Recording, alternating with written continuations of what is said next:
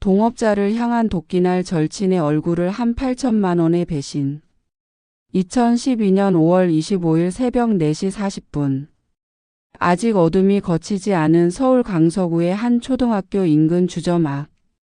늦은 시간까지 장사를 마친 종업원 이 씨는 퇴근하며 길을 걷다가 휴대폰 하나를 주웠다. 사장님, 이거 술 손님이 흘리고 가신 것 같은데요.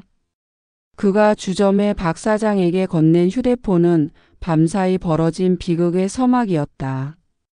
박 사장은 습관처럼 통화 기록을 확인했고 가장 최근 통화 기록에 찍힌 이름 최지연에게 전화를 걸었다.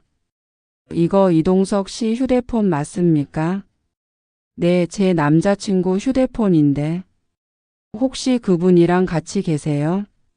아닙니다. 제가 이 근처 길에서 이걸 주웠습니다. 수화기 너머로 들리는 박 사장의 대답은 부산에 있던 최지연의 가슴을 철렁하게 만들었다. 동석 씨는 평소 휴대폰을 눈처럼 귀하게 여겼던 사람이다. 어젯밤 그는 사업동업자인 김승환 대표를 만나러 간다며 곧 전화하겠다고 했었다. 하지만 자정이 넘도록 연락이 없었고 불안하던 차의 휴대폰이 길바닥에서 발견되었다는 소식은 지연에게 최악의 시나리오를 예고했다. 불길함을 이기지 못한 지연은 새벽 기차를 타고 무작정 서울로 향했다. 그가 서울에 도착한 것은 아침 8시.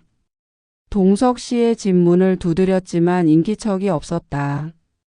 불안한 마음에 결국 119를 불러 문을 개방했고 집 안에는 동석 씨의 전처 소생인 16세 아들만이 잠들어 있었다. 아버지가 어젯밤 늦게 누구를 만나고 들어오겠다고만 말씀하셨어요. 그 뒤로는 저도 자서 잘 모르겠습니다. 아들의 덤덤한 대답은 지연의 불안을 더욱 키웠다. 그녀는 곧바로 이동석 씨의 누나인 이현숙 씨에게 연락했고 두 사람은 상해 끝에 경찰에 실종 신고를 접수하기로 결정했다. 강서경찰서 실종수사팀의 박 팀장과 형사들은 신고 접수 직후 수사에 착수했다. 그들은 지연의 진술에서 김승환 대표라는 이름을 주목했다. 동업 관계로 인해 두 사람 사이에 다툼이 잦았다는 것은 이미 주변에서 익히 알려진 사실이었기 때문이다. 형사들은 가장 먼저 김승환 대표를 소환했다. 실종자인 이동석 씨보다 2살 어린 김 대표는 깔끔한 정장 차림으로 경찰서에 나타났다. 동석이 형님과는 2005년에 만나 친형제처럼 지냈습니다. 2008년에 같이 택배회사를 시작했고 2010년부터는 제가 대표를 형님은 영업 파트를 맡았죠. 김 대표의 표정은 침착하고 온화했다. 그는 경찰에 전혀 주저함 없이 어젯밤의 상황을 설명했다. 어제 저녁 7시에 회사 휴게실에서 만났습니다. 영업 쪽 대형 거래처 건으로 얘기를 좀 나눴어요. 냉장고에 있던 소주를 꺼내 마시다가 부족해서 형님이 직접 편의점에 나가 캔맥주 2개를 사오셨죠. 술을 마시다가 저는 밤 11시쯤 먼저 퇴근했습니다. 형님이 그 뒤에 어디로 갔는지는 저도 모릅니다. 형사의 날카로운 질문이 이어졌다.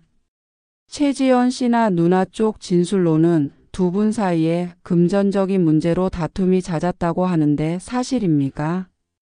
김 대표는 고개를 저으며 단호하게 말했다. 아닙니다. 돈 문제로 다툰 적은 한 번도 없어요. 회사 운영에 관해 이견이 있었을 뿐입니다. 형님은 능력 있는 영업맨이었고 저는 행정 쪽을 맡았으니까요. 하지만 이 진술은 김 대표가 경찰을 안심시키기 위한 완벽한 거짓말이었다. 결정적인 단서는 최지연이 보관하고 있던 이동석 씨의 휴대폰에 있었다.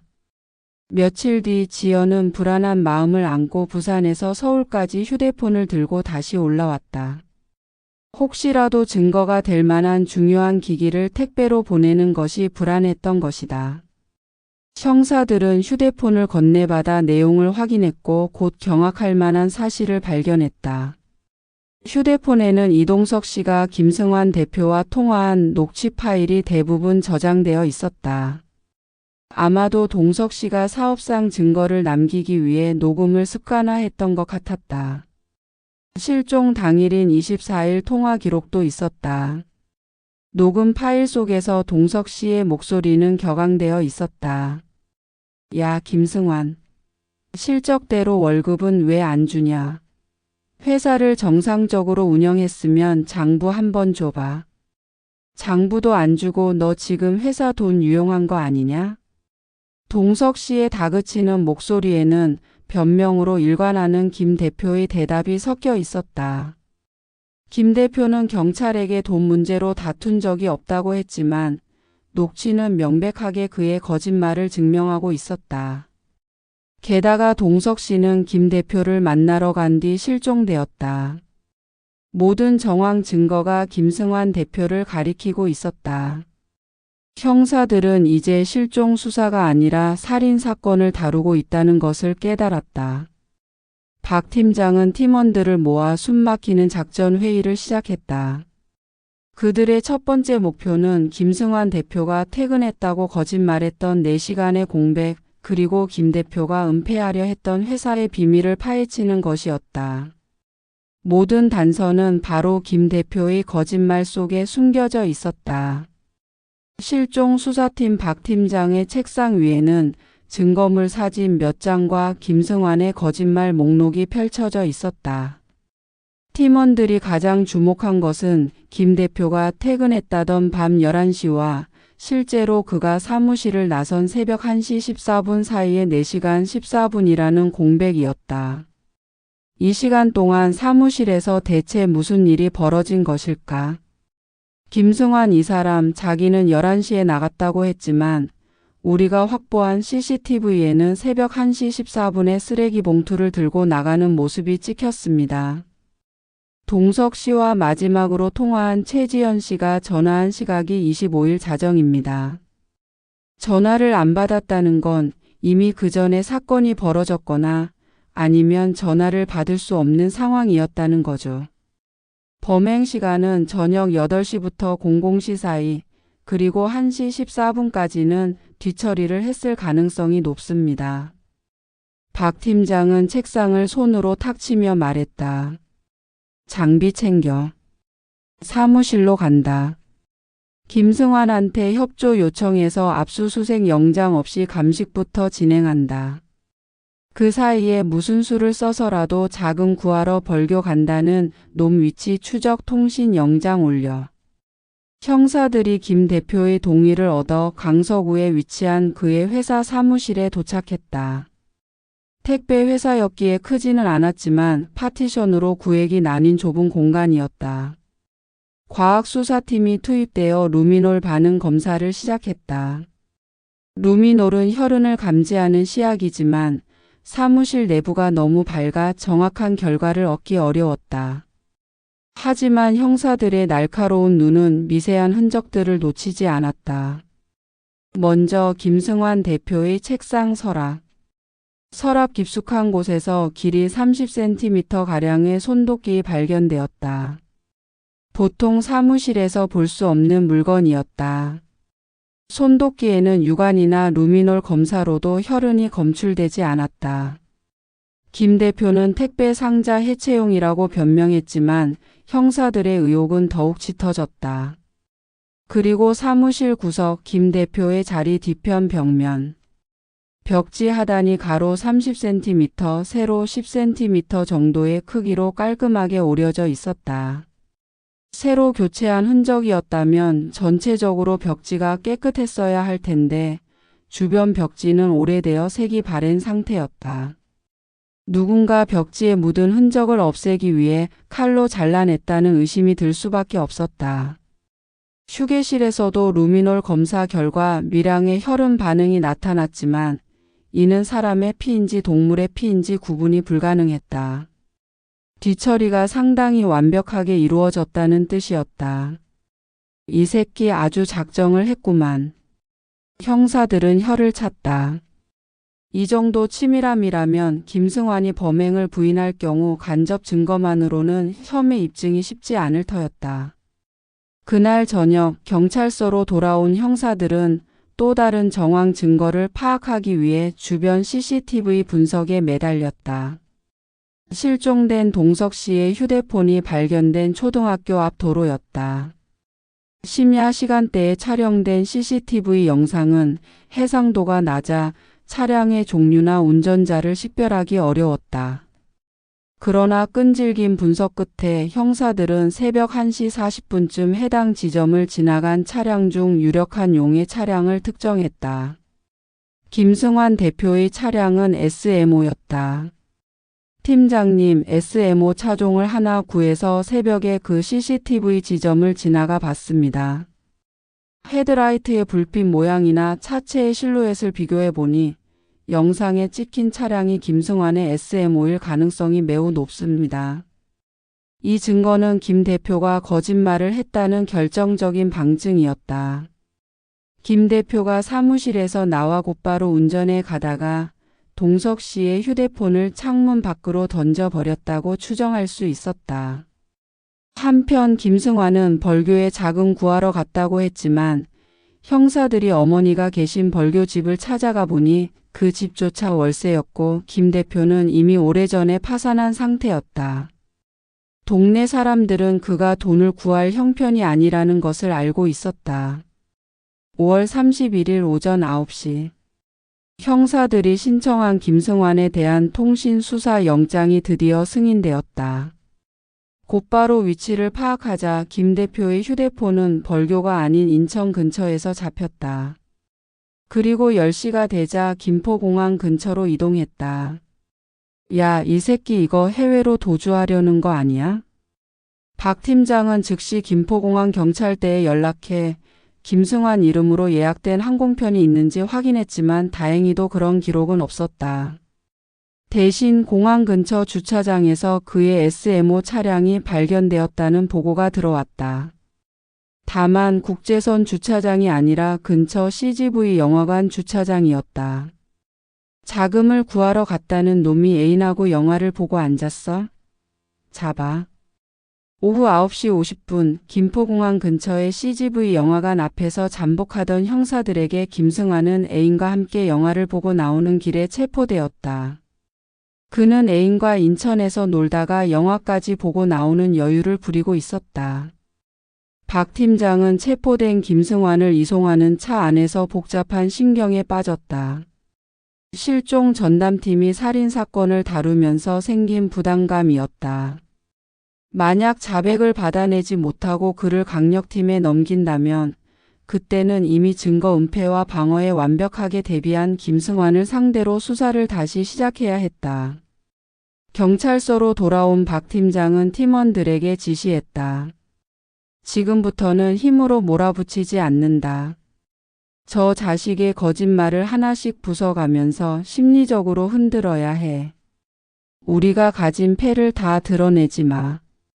하지만 우리가 모든 걸 알고 있다는 인상을 줘야 돼. 김승환을 다시 마주 앉힌 형사는 단호한 목소리로 물었다. 김 대표, 동석 씨는 어디 있습니까? 잠수를 탔다고 했죠. 그 잠수라는 게 영원한 잠수를 말하는 겁니까? 김승환은 여전히 고개를 숙인 채 말했다. 형님이 개인적인 사정으로 잠수를 탄다고 했습니다. 핸드폰은 저보고 길에 버려달라고 부탁했습니다. 그래서 저는 부탁대로 SMO 차량을 운전해서 새벽 1시 40분에 길바닥에 핸드폰을 던져버렸다. 우리가 그 시간에 그 위치를 지나간 차량을 다 특정했습니다. 김 대표 당신 차종이었죠. 동석 씨가 부탁해서 버린 거라면 왜 11시에 퇴근했다는 거짓말을 했습니까? 그리고 왜 벌교에 갔다고 속이고 애인과 영화를 보고 다녔습니까? 김승환의 얼굴에 비로소 당황한 기색이 떠올랐다. 그는 횡설수설하며 말을 잇지 못했다. 이것 봐요. 우리가 당신 거짓말은 다 알고 있습니다. 동석 씨는 왜 당신을 만나러 간 뒤에 실종됐습니까? 혹시 김 대표 당신이 동석 씨에게 무슨 짓을 저지른 건 아닙니까? 김승환은 신문하는 형사 앞에서 끝까지 버텼다. 그는 잠수를 탄다는 이동석의 부탁을 받아 휴대전화를 대신 버려줬을 뿐이며 돈 문제나 다툼은 없었다는 기존의 거짓말을 반복했다. 그의 완벽한 방어 태세는 형사들을 답답하게 만들었다. 물증은 있었으나 자백 없이는 재판에서 다툴 여지가 많았다. 박 팀장은 잠시 신문을 멈추고 직접 나섰다. 그는 김승환의 눈을 똑바로 응시했다. 김 대표, 우린 당신이 왜 거짓말을 하는지 다 알고 있어. 돈 문제로 다툰 적 없다고 했지만 동석 씨 휴대폰에 녹음된 내용을 들어봤습니다. 실적대로 돈을 안 준다고 따지고 회사 장부를 보자고 했을 때 당신은 제대로 대답하지 못했지. 당신이 회사 돈을 유용한 것 외에 다른 이유가 있을까요? 김승환은 입술을 깨물었지만 여전히 변명했다. 그건 회사 사정이 어려워서 잠시 유보했던 겁니다. 절대 유용한 건 아닙니다. 유보? 동업자에게 장부조차 보여주지 않는 게 유보입니까? 그리고 동석 씨가 당신을 만나고 난 뒤에 감쪽같이 사라졌습니다. 세상에 잠수를 타는 사람이 자기 아들에게 누구 만나고 들어갈게라고 전화합니까? 애인한테는 만나고 바로 전화할게라고 합니까? 그렇게 가족을 챙기는 사람이 휴대폰을 길바닥에 버리고 3개월 잠수를 탄다. 말이 된다고 생각합니까, 김 대표? 박 팀장의 끈질긴 추궁에 김승환은 흔들리기 시작했다. 그의 얼굴에는 체포되었을 때의 여유와 애인과 영화를 보던 태도는 사라지고 공포와 초조함만이 남아 있었다. 마지막으로 묻겠습니다. 당신 끝까지 거짓말할 겁니까? 박 팀장은 잠시 숨을 고르더니 의외의 행동을 했다. 그는 조사실이 아닌 경찰서 숙직실로 김승환을 데려갔다. 숙직실은 딱딱한 조사실과는 달리 형사들이 잠시 쉬는 공간으로 분위기가 훨씬 누그러져 있었다. 박 팀장이 담배 한 갑을 꺼내 김승환 앞에 내밀었다. 자, 담배 한 대 피우면서 이야기합시다. 김승환은 당황하며 주변을 둘러봤다. 여기는 금연구역 아닙니까? 맞습니다.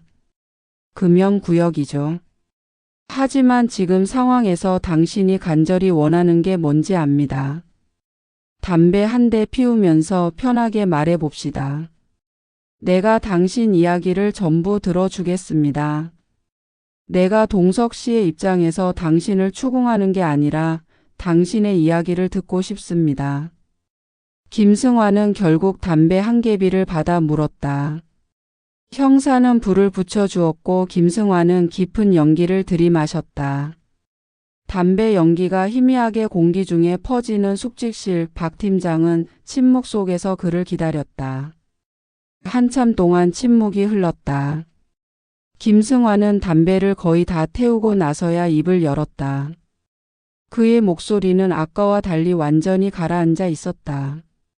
팀장님, 저 딱 10분만 아내랑 면회시켜 주시면 전부 말씀드리겠습니다. 박 팀장은 그의 말을 듣고 속으로 쾌재를 불렀다. 김승환이 드디어 무너진 것이다. 불과 몇 시간 전까지 애인과 영화를 보며 도피를 즐기던 그가 결국 마지막 순간에는 조강지처인 아내를 찾고 있었다. 박 팀장은 이 기회를 놓쳐서는 안 된다고 판단했다. 좋습니다. 내가 약속하죠. 10분 동안 아내랑 면회시켜 주겠습니다. 하지만 그 약속을 지켰다면 당신도 나에게 모든 것을 사실대로 말해야 합니다. 숨김없이. 박 팀장은 직원들의 만류에도 불구하고 약속대로 면회를 진행시켰다. 강력팀으로 넘기기 전에 용의자가 말을 바꿔버리면 어쩌냐는 걱정이 많았지만 박 팀장은 확신이 있었다. 남자답게 약속을 지켜줬을 때 상대방도 믿음을 갖고 입을 연다. 짧은 면회를 마치고 돌아온 김승환은 더 이상 저항하지 않았다. 그의 눈빛에는 체념과 후회가 서려 있었다. 실은 제가 동석이 형님을 죽였습니다. 박 팀장은 짐작하고 있었지만 이 자백을 듣는 순간 온몸에 전율이 일었다. 언제 어디서 어떻게 죽였습니까? 24일 밤 회사 사무실 휴게실에서 술을 마시다가요. 동석이 형님이 저에게 인생 똑바로 살아라, 어린 놈의 새끼가 하고 돌아섰습니다. 그 말에 화가 나서 책상 서랍에 있던 손도끼로 형님의 뒷머리를 가격했습니다. 형사들은 손도끼에 혈흔이 없었던 이유를 그제야 깨달았다. 김승환이 도끼의 날카로운 부분이 아닌 뒷면으로 가격했기 때문이었다. 충격은 컸지만 도끼 손잡이 부분에는 피가 튀지 않았던 것이다.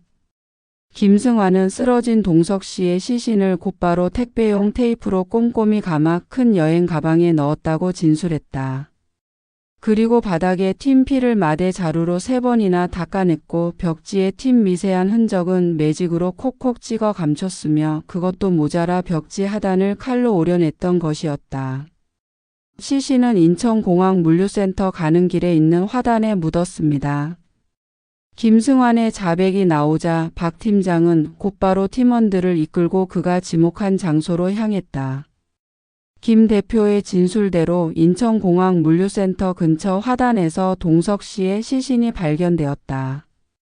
실종 사건이 발생한 지 불과 6일 만에 형사들의 끈기와 심리전 끝에 잔인한 동업자 살인 사건의 전모가 밝혀지는 순간이었다.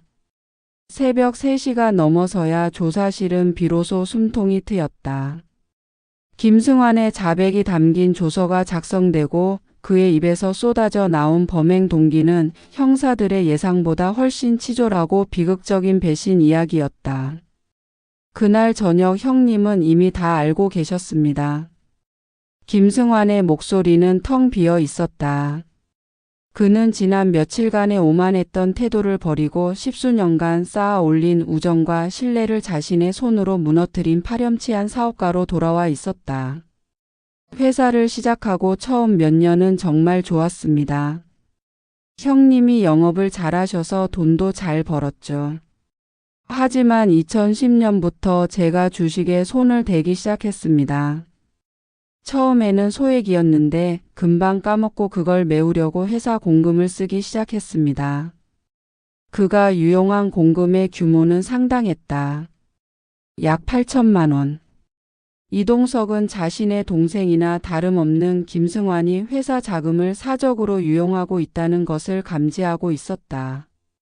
하지만 직접적인 증거가 없었기에 그날 밤 술자리를 빌려 마지막으로 기회를 주려 했던 것이다.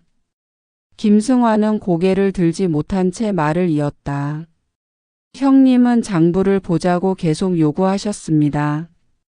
제가 계속 피하니까 형님이 화가 나서 소주를 들이켜셨죠. 그리고 저를 한참 동안 노려보시더니 이렇게 말씀하셨습니다.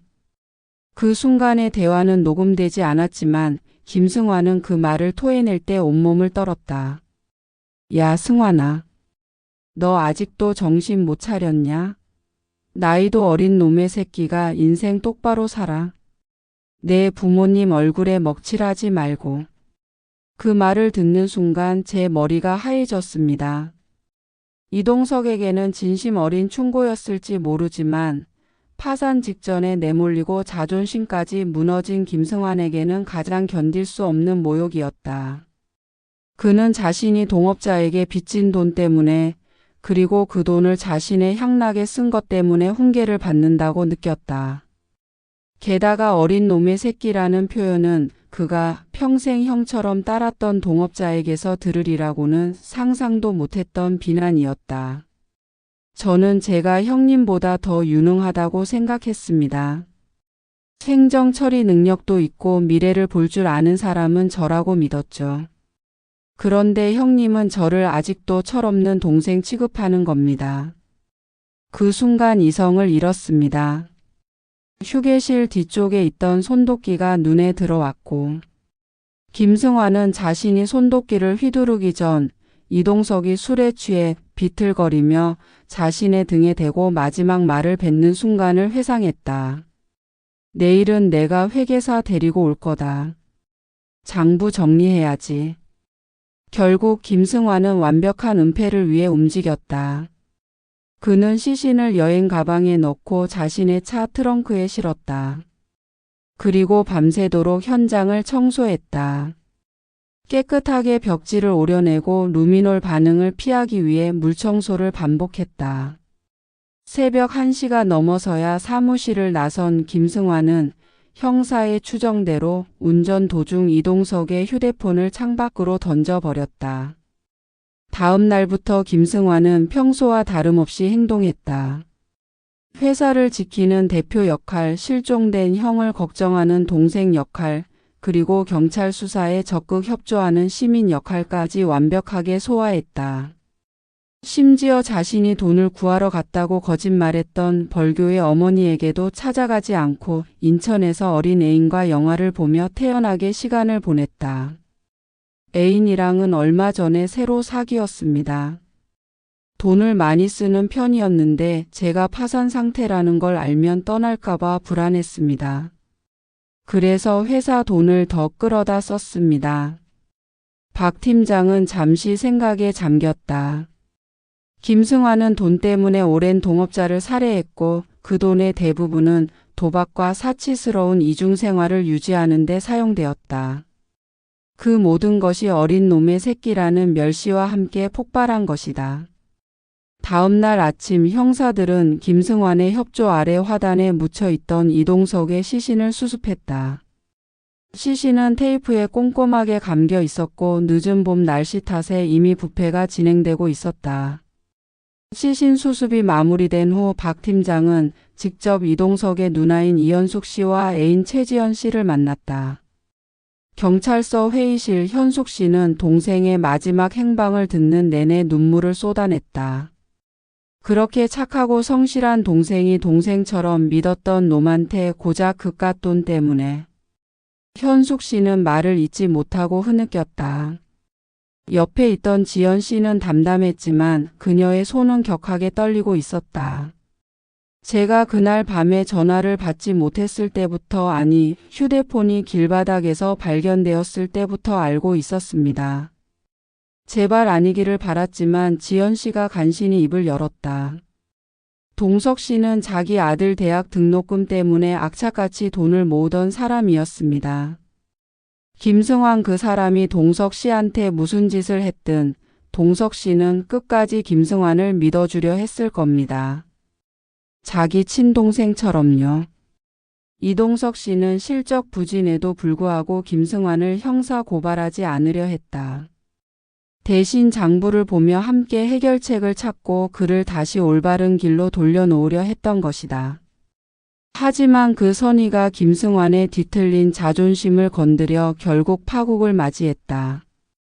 박 팀장은 현숙 씨와 지연 씨에게 심심한 위로를 전하며 말했다. 김승환은 살인과 시신 유기 혐의로 구속 수감될 겁니다. 모든 증거와 자백이 확보되었습니다. 동석 씨의 억울한 죽음에 대해 정의가 실현될 수 있도록 저희는 끝까지 수사를 마무리하겠습니다. 이 말을 끝으로 현숙 씨와 지연 씨는 깊은 한숨과 함께 회의실을 나섰다.